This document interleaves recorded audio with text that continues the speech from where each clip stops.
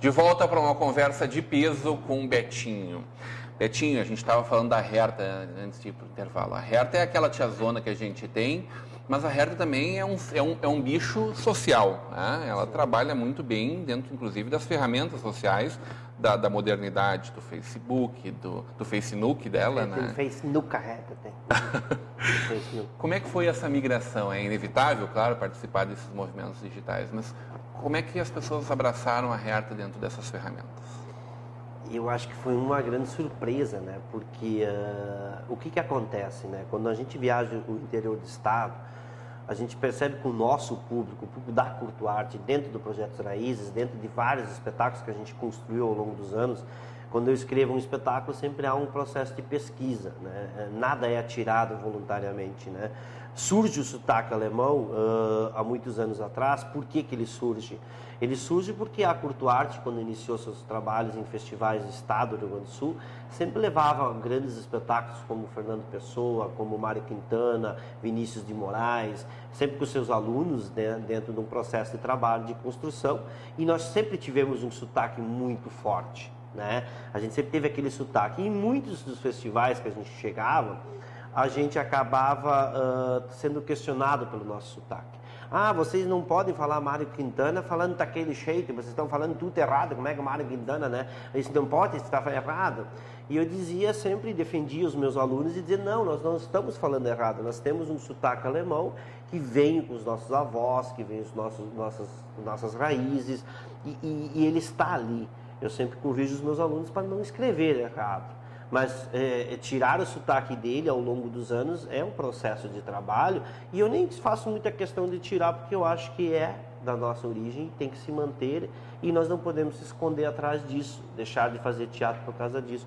Teve jurado que até dizia, não, tu tem que parar de fazer teatro porque tu fala tudo errado, que não sei o que. Não, bem ao contrário, um dia eu vou mostrar para ti que eu não falo errado, que nós existimos e nós moramos em um lugar que as pessoas falam desta forma e tem que ser trabalhado isso, né? E aí o que acontece? Justamente isso. Há um universo lá no interior que até então, o Projeto Raízes, com o Tiltabs, o Natal na Colônia, as receitas da tia Herta, a gente sempre trabalhou o sotaque alemão com muito respeito, sempre baseado em pesquisa. O Retrato, por exemplo, um grande espetáculo do êxito rural de 1935, o início das sapatarias, o fim da agricultura familiar, enfim, toda essa construção, e sempre com sotaque. Aí tu chega num período, né, hoje, nós estamos aqui vivendo a tecnologia, vivendo o computador, vivendo a internet, vivendo tudo isso, e o nosso público no interior, até um certo momento, não tinha acesso à internet. Né? Até um momento ele quase que não chegava a usar o Facebook, usar o site, enfim, para ir até o nosso espetáculo.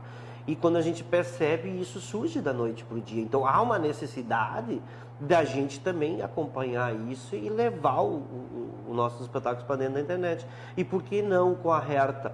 Né? Por que a Herta não pode namorar pela internet? Né? E a gente percebe que a melhor idade começou a namorar pela internet, começou a buscar falar com os seus filhos lá fora. Muitas vezes a avó tem um filho lá nos Estados Unidos e ali. E a Herta precisava disso também. Né? Então, aí veio a ideia de trazer um pouco da internet junto com a Herta. Ela tem o Facebook dela, como ela diz, né? Botar o perfil dela, lá conversar com as pessoas. E ela fala em sotaque lá, né? E é tão engraçado que ninguém questiona a Herta se ela está falando certo ou errado. Então, eu acho que foi um grande avanço isso, né? Eu acho que, de uma certa forma, foi um processo poético. Hoje, ninguém questiona se a Herta fala certo ou errado. Eles respeitam. Eles colocam a Herta assim, não, como é legal como a Herta fala. Né? Por que não usar isso? Os italianos usaram muito bem, né? Os italianos se dão orgulho em dizer que falam em sotaque. Né? Claro, nós tivemos todo um problema com a Segunda Guerra Mundial, aquele processo e aí aquele medo, enfim, mas isso é passado. Eu acho que a gente agora tem que saber usufruirmos do turismo cultural e da internet para que a gente consiga avançar e mostrar, não, nós somos um povo sim, nós temos uma aldeia, nós temos uma história, nós temos uma construção em cima disso. Tu falaste antes do Retrato, né? O Retrato que é uma peça forte, né? Ela é carregada de emoções ali, né? Tem muito do Betinho subversivo ali. Tem muito do Betinho, da família do Betinho, tem muito das famílias do interior, né? Quando eu escrevo o retrato em 2002, eu escrevi o retrato, ele fala do êxito rural, a explosão, não bem a explosão do êxito rural, mas o início das sapatarias e um pouco do final da agricultura familiar. Por quê? 1930, 1935, o que acontece? As sapatarias precisam um pouco mais de mão de obra, né? E o que mais é interessante é que há uma explosão de eles disserem que a gente não precisa mais estudar, a gente pode trabalhar. E de uma certa forma é lamentável isso naquele período. Não que a industrialização não seria boa, ótima, né? Mas ao mesmo tempo nós tínhamos que ter continuado, né? Se a gente pegar os nossos pais, os nossos avós, eles ali se terminou um ciclo na educação no Rio Grande do Sul, né? Onde as pessoas deixaram de estudar para ir trabalhar, né? E isso se deve muito a dificuldade de passar dos anos 70, assim, né? A gente teve uma parada industrial muito forte também ao mesmo tempo, nos cursos profissionalizantes, nos avanços, enfim, tudo esse processo. E o retrato, quando eu escrevo ele, eu levo para o palco a história do Pedrinho e Toninho, que era o ator Adriano Schenkel, que veio a falecer em 2006, em virtude de um acidente. Homenageado com um nome em teatro, né? Isso, o Teatro Adriano Schenkel em Dois Irmãos, né? E eu escrevo ele justamente para mostrar um pouquinho da nossa história. E ele foi uma explosão, acho que ele foi a abertura de tudo esse espetáculo, porque a gente ganhou muitos e muitos prêmios em vários festivais, foi o melhor espetáculo do Rio Grande do Sul, do estado do Rio Grande do Sul em 2005, com texto, direção, cenário, figurino. A gente montava um paiol de milho de verdade, com paredes de verados no fundo, e contando a história de dois meninos, o Pedrinho e o Toninho, que tiveram as suas vidas rompidas da amizade, aqueles que comiam pão com chmia, né, dentro do galpão de milho do pai, e tinha máquina de debulhar milho, então eles tinham que trabalhar junto e ao mesmo tempo viviam aquela coisa toda, e um deixa de estudar, vai trabalhar na indústria, e o outro então vai a Porto Alegre e termina os seus estudos na confiança de que um dia possa voltar e continuar com a agricultura, enfim. Então, é uma construção muito interessante esse processo todo, porque eu acho que todos nós passamos por isso, de uma forma ou outra, todos nós acabamos passando pelo êxito rural e passamos pelo esse processo, né? E o Pedrinho e o Toninho mostram isso claramente, né? E a gente teve muita felicidade quando a gente montou esse espetáculo, né? Tem de todos nós um pouco, eu acho, né? Eu me vejo exatamente nele, é inevitável traçar paralelos com a nossa vida, né? Me solidarizo com ele exatamente nesse sentido, mas também me vejo muito na Herta, né? Não tem como não se enxergar a nossa história ali, né? Claro. Então é óbvio, cria uma sinergia quase instantânea, e depois a qualidade do texto é o que nos prende ainda muito mais. O que te dá mais prazer? Emocionar para o lado da reflexão, até de uma coisa nostálgica, ou fazer rir? Sabe que eu tive em Alto Bela Vista fazendo um espetáculo da Herta com bandinha. Hoje temos a Herta com bandinha, a bandinha ao vivo, típica, que acompanha a Herta no show da Herta. E eu falo, é muito interessante essa pergunta, porque dentro da Herta, eu coloco dentro do espetáculo da Herta, do show da Herta hoje, justamente isso. Ela faz rir, ela faz emocionar, ela faz refletir. Então, eu acho que é um conjunto de coisas. Se tu me perguntar hoje o que eu mais gosto de fazer, eu gosto quando as pessoas enxergam a sua história, quando conseguem viver aquela história. Mesmo com o humor, né? Ela se enxerga ali e ela não tem vergonha daquilo, né? Ela não tem vergonha de dizer que o melhor lazer dela era terminar a missa e ficar na frente da igreja conversando. Isso é engraçado? O que vocês faziam no interior antigamente? Nós íamos na missa, terminava a missa, se reunia um bolo de gente e eles estavam lá conversando. Mas esse era o lazer? Sim, ou nós se reunia na casa dos vizinhos para fazer música, a music house, a música em família. Esse era o nosso lazer, por isso que tinham vários corais. Mas vocês sabiam cantar? Não, nós aprendíamos a cantar com aquele que sabia um pouco, aquele que sabia mais um pouco e se juntava. Esse era o nosso lazer. Isso é engraçado? É engraçado. Mas é histórico, né? Eu acho que isso é muito bom quando tu consegue misturar isso, né? Comer um pão com chmia, que a mãe fazia o queixmia e tu lá comer um pão com chmia. O que tu quer mais prazeroso que isso, né? Então, eu acho que essas coisas, essa mistura, é muito interessante. Eu acho que é isso que faz com que a gente possa dizer, o humor é bom, é ótimo. Pô, quem não gosta de rir, quem não precisa rir, mas quem também não precisa de lembranças, de história, né?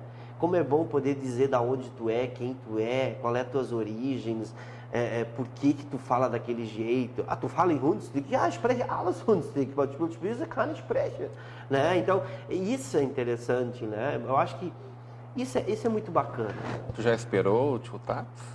Já cacei muito. Te botaram para caçar o Tio Taps? Nós jogávamos futebol, é muito engraçado, lá em Dois Irmãos, no campo de futebol do 7 de setembro, o campo antigo, como nós chamávamos, então nós ia jogar bola todo dia, no final de aula nós ia jogar futebol lá, pé descalço, é claro, não tinha nada, né? Sem camisa, com a bola antigamente tinha a bola número 2, número 3, número 4 e número 5, então nós jogávamos com o número 3, né? Uma bolinha pequenininha, pé descalço, né?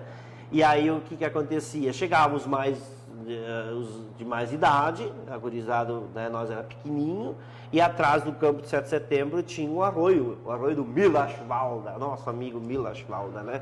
Então o Milachwalda tinha o arroio dele lá, e os adultos chegavam lá e diziam, quem quiser jogar com nós, no adulto, vai ter que caçar o Tiltabs. E eles eram tão sem vergonha que eles levavam o saco junto, e claro, o que nós fazíamos, né? Nós pegávamos o saco, nós íamos no arroio do Milachwalda, abria o saco e ficava esperando o tal do Tiltabas, para poder jogar no adulto. Sim, terminava o jogo, terminava tudo e nada do Tiltabas. Aí tu chegava no campo e dizia, Celso, eu não cacei o Tiltabas, não vou poder jogar hoje. Não, amanhã tu caça de novo, daí tu vai jogar. E era assim, ficava caçando Tiltabas várias vezes. Mas também botamos gente para caçar esse bicho. Coloquei. Depois tu te cobrou. Sim, muito. Uma vez a gente levou um grupo de Gravataí, ficaram numa chácara lá no interior, nós botamos eles para caçar o Tiltabas. Os atores lá. Tu viu? Eles acham que são espertos. Pegamos eles. Betinho, tu consegue trabalhar tudo isso de uma forma bastante inteligente, comercial, né? Uma forma de perpetuar o teu negócio, né?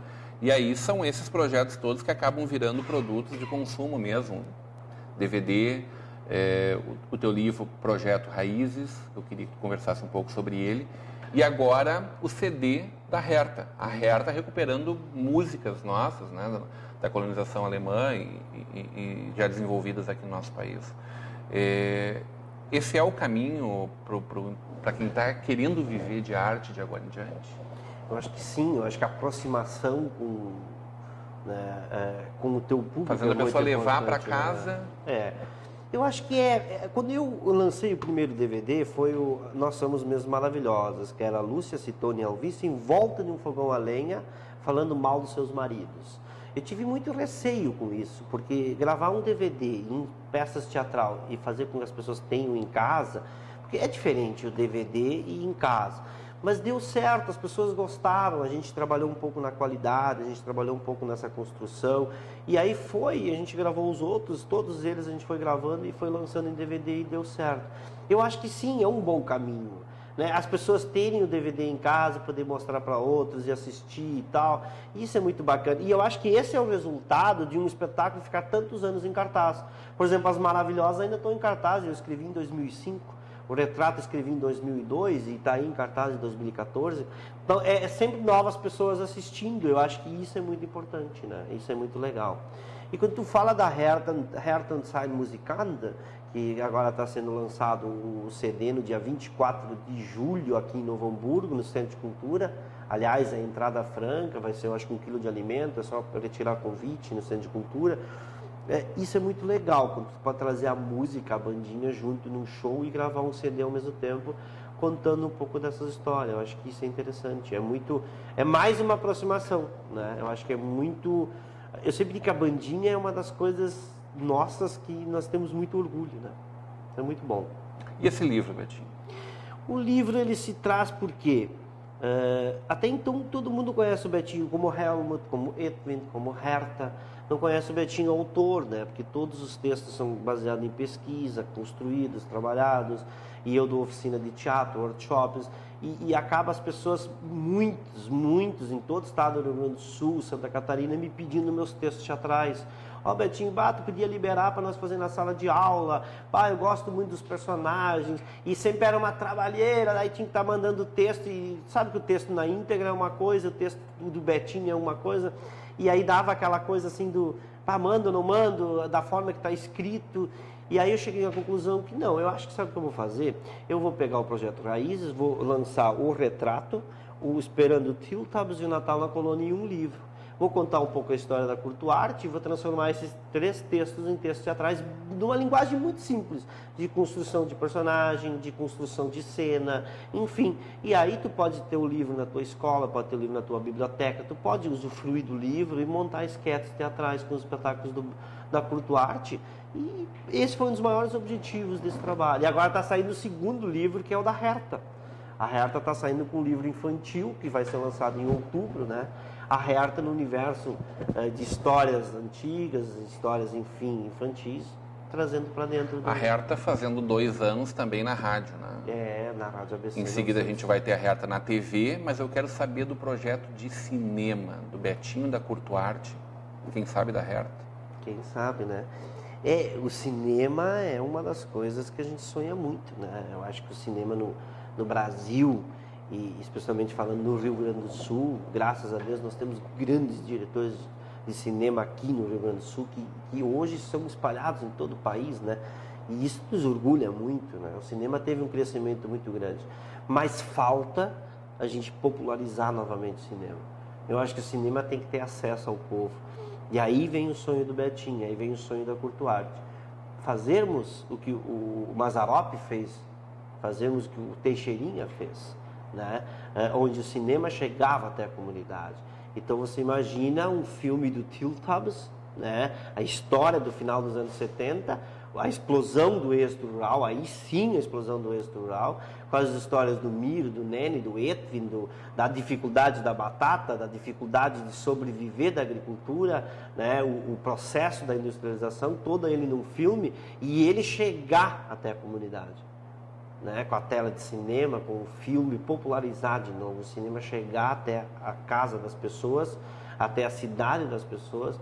Então esse é um sonho, eu acho que isso é possível e isso é necessário. Eu acho que é necessário, não sou contra os cinemas dos shoppings, bem ao contrário, eu acho fantástico, mas a gente precisa entender que as pessoas na Fazenda Padre Eterno têm que assistir no Morro dos Bugres, têm que assistir em Picada Café, enfim, em vários lugares. O cinema tem que chegar lá, porque eu acho que é um direito do cidadão, né? Como o teatro chega lá, o cinema também tem que chegar lá. As pessoas precisam disso, né? As pessoas precisam dessa comunicação cultural, dessa descentralização cultural. Eu acho que, então, é um dos maiores objetivos é esse, é popularizar o cinema, mas com qualidade, com necessidade, com direção, com texto, com a linguagem deles, né? Eu acho que isso é muito importante. Betinho, estamos chegando ao final desse momento, desse programa. Foi um prazer conversar contigo. A gente hoje conversou com Carlos Alberto Klein, o Betinho, que tem entre as suas criaturas a Herta, popularíssima Herta, numa conversa de peso. A gente fica por aí. Continue agora com a programação da nossa TV NH.